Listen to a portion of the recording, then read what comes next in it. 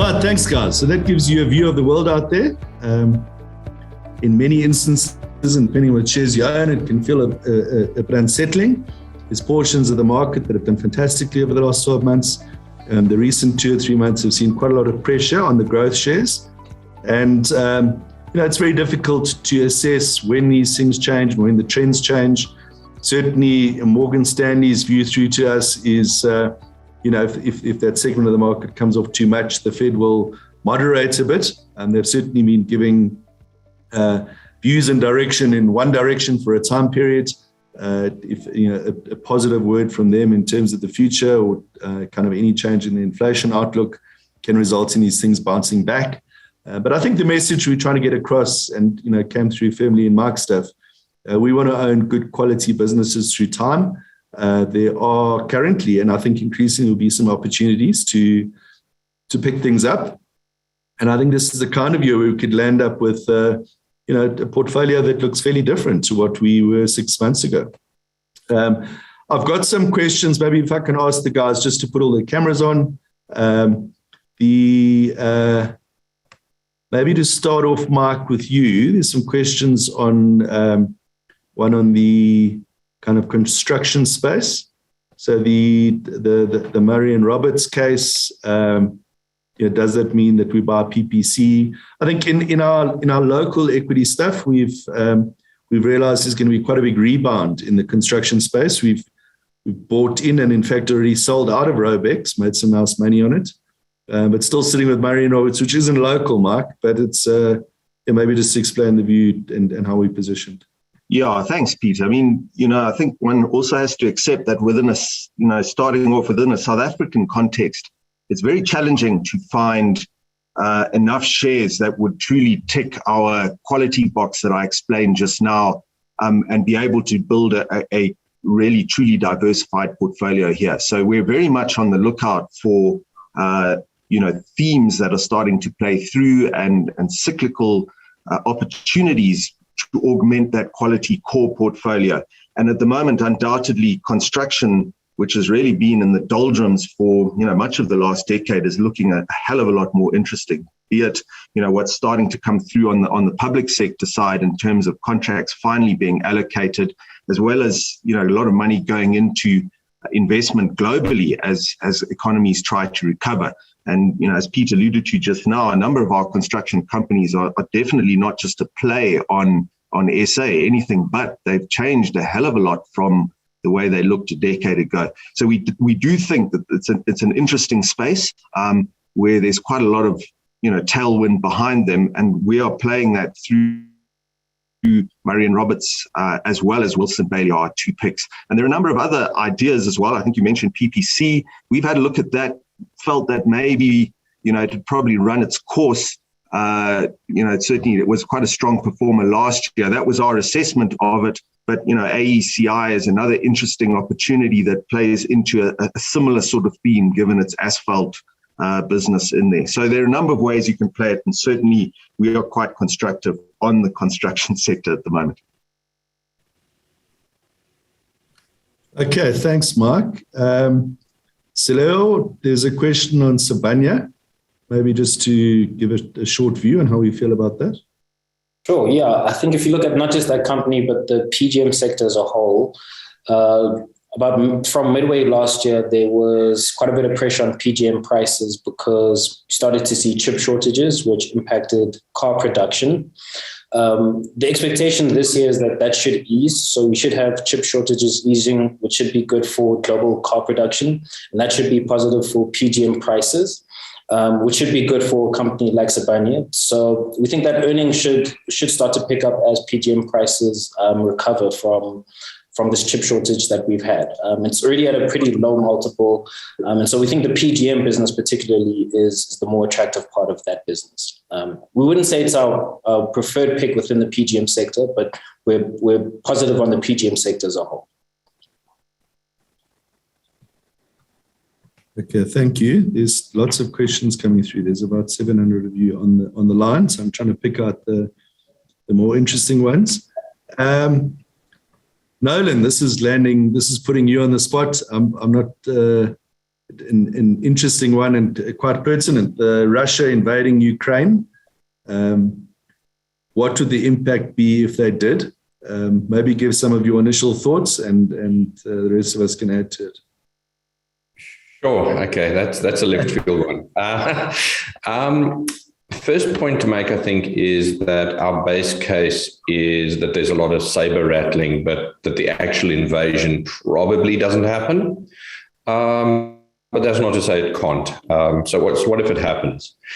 The truth is, if we look around the world right now, geopolitically, everyone's busy focusing on their sort of homegrown problems. Boris is dealing with a bit of a party that may or may not have taken place.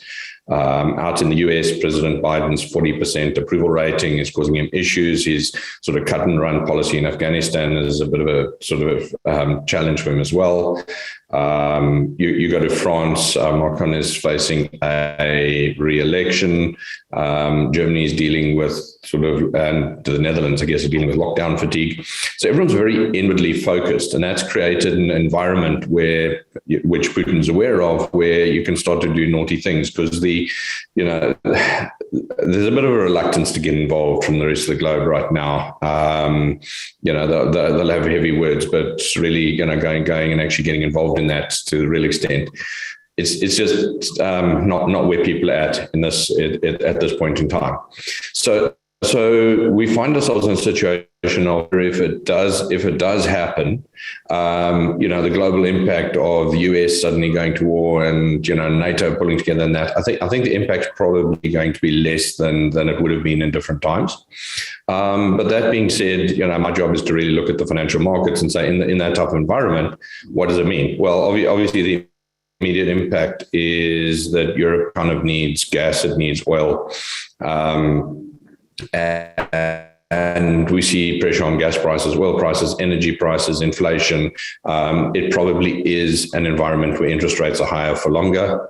And that's probably the main outcome is we see another spike in sort of energy inflation, which filters through the rest of the economy. At the same time, we see the sort of risk off or emerging markets can be bad. So that'll have a knock-on effect across all emerging markets, South Africa, China, etc., which is more just a natural sort of risk-off environment that'll be created for a period. So that's what I would expect off the top of my head. Okay, thank you, Nolan. There's a few other themes coming through here in the questions. I think the question about our global equity fund. So just to be very clear, the bulk of the money we run offshore is in segregated portfolios. We choose individual shares. And there we've got a very balanced view, and a view that kind of ties into everything Mark said about how we choose shares. Our global equity fund, which is on the Sanlam platform offshore, and it's got a local feeder fund, has got a slightly different flavor, and it is very much a growth focus. It's a fund you want to put in your portfolio to capture the changing trends and companies which have the potential to be multi-baggers and multiply in size. So unsurprisingly, last year was very tough for it. That segment of the market in aggregate was off sharply. I think Nick avoided a lot of the big bombs. So the performance for the year was negative. But the space that he's playing in, as interest rates kicked up, came under massive pressure. So this is a fund which has got a compound 5-year return of about 16% per annum in dollars. It's beaten the market convincingly. In 2020, it was one of the top 10 equity funds in the world, but not surprisingly, had a pretty tough year last year. I think what you see with Anchor is we're consistent in what we communicate and how we do things. And it's important to know what you're buying when you buy into something. So, if the growth segment came under increasing pressure and the current trends continued, I think there certainly will be a time to increase your exposure to that segment of the market through Nick's Global Equity Fund. So, that's kind of it's important when people are buying into growth businesses that if you do invest, you invest with a mindset of being able to see through some volatility. He's not attempting to suddenly move into energy and financials and the like. maybe I'll ask Seleho. I'll comment a bit, and then Mark, you feel free to add. The whole metaverse theme coming through. I think the metaverse is not something that's clearly defined by anybody. Facebook have tried to take the lead by changing their name to Meta. And it's really just increasing immersion of people and doing things that they would normally do in the physical world, in the digital world, creating all sorts of new opportunities and the like. I think we've obviously done a lot of reading, and to the extent that definitions of it. I think the one that resonated with me most in terms of trying to understand it is that the game Fortnite, which at a stage was the most popular game in the world, online game, had a concert where 10 million people attended a Marshmallow concert. And you were there digitally, you could buy products, you could communicate with your friends, you could go with your friends. And it's just an early sign and an indication of how that will all progress. How does that flow through into the investment world? I think we probably wouldn't be trying to find small plays that can be metaverse plays. I think it's a set of technologies and opportunities made available through digitization, and especially high bandwidth capabilities, which will mean that in 5 years' time we'll interact and shop, and that in different ways. We think probably the best way to invest in that is it's through the big companies. The Facebooks and Googles and of the world are generating $15 to $25 billion a year of free cash. And a lot of that is going into investing in the future. And the metaverse has really become kind of almost a pseudonym for the future. Seleho, maybe if you want to add to that a bit and just explain how we have exposure to this concept in our tech fund and in the tech portion of our portfolios. Sure, Pete. Yeah, I think if we think back to that presentation that Mark Zuckerberg gave when he was introducing this idea of Facebook now being known as Meta platforms, one of the things that he did mention a few times is that we are still a ways away from this being a reality. So there's still quite a bit of work to do technologically in terms of going from where we are today to his ultimate vision. In terms of exposure that one can take and where we actually have exposure today, I would say the two main subsectors would be within or maybe three sectors, if I can break it down that way, would be through large cap tech. So as Pete said, generally those are the companies that have the R&D budgets to really go after this space aggressively. Meta or Facebook has probably been the most aggressive in terms of doing so. But then also social media and video game. Those are two sectors which are probably most closely associated with metaverse. We do have exposure in the social media space. At the moment, we don't have any significant video gaming exposure, but it is a sector that we watch very closely through Activision, EA, Take-Two Interactive, etc. Mark, I don't know if you want to add any, us old guys have got to learn about all these things. I don't know if you got anything you want to add to that. Yeah, I mean, Peter, any comment I would make is I think for these big tech companies, it's really important to see them investing in potentially meaningful verticals of the internet and not sort of peripheral, sort of more for show than real work areas of the internet. I think there's a fair amount of ridicule of Facebook when they initially went down this channel. But when you see what Microsoft is doing as well, and increasingly a number of the competitors, certainly from my perspective, I'm becoming more and more comfortable that what Facebook is doing is probably something we've got to pay careful attention to. It has the potential to be very big, and that's what they need. Yeah, I think many people refer back to 1999 when you looked at the internet and you thought, well, what can really become of that? It's it's difficult to imagine what the future can look like. But what you've got to make sure across your entire investment portfolio is that you have exposure to the changing world, because it will be very different in 10 years' time.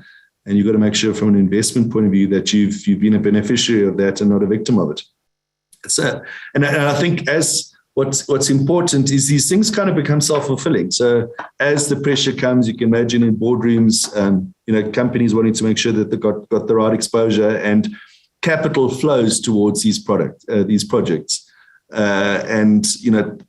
investor, Microsoft, putting up $70 billion for Activision, is basically companies are prepared to direct their massive cash flows into areas of the market, which means that there's more and more developers, there's more and more cloud space that gets developed, and the capabilities and the future kind of gets accelerated. We've seen that with electric vehicles, where if where we are now versus the expectations of 5 years ago, it's accelerated dramatically.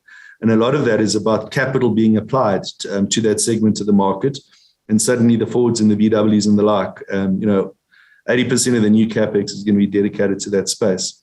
There's two local sectors questions, healthcare and SPA.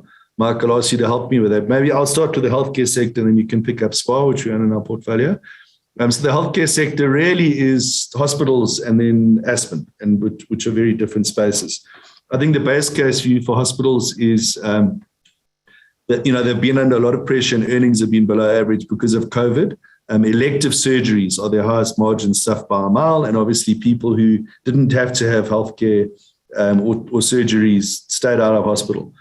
We think in South Africa, COVID has gone down dramatically.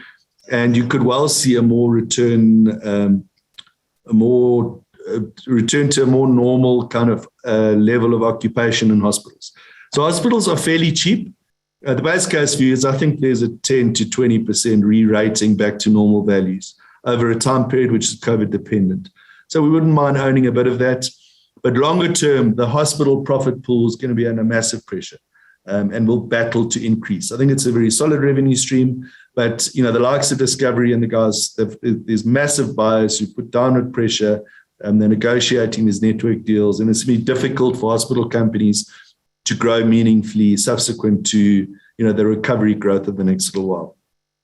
Aspen is, we do own some Aspen. It's a company's management we like, and an incredible success story over time. But got up to 550 Rand and then overgeared and bought some low growth European businesses. Where do they sit now and going forward? They've got quite a capital intensive API. That's the active ingredient that goes into pharmaceuticals business in Europe, which they had indicated they were going to sell. But I think with COVID, the results haven't been that great and they pulled that back, which the market didn't like. They would have quite liked them to get rid of that business. And they've then got their own vaccine or the license to J&J's vaccine in South Africa, which got the market quite excited.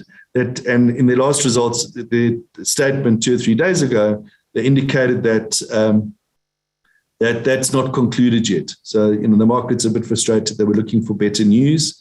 And it's hard to read, the demand for vaccines could be under a bit of pressure if you take a 1 or 2 year view.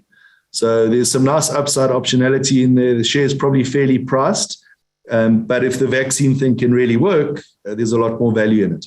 So we own some, but not a massive amount. I think that's a summary of the view.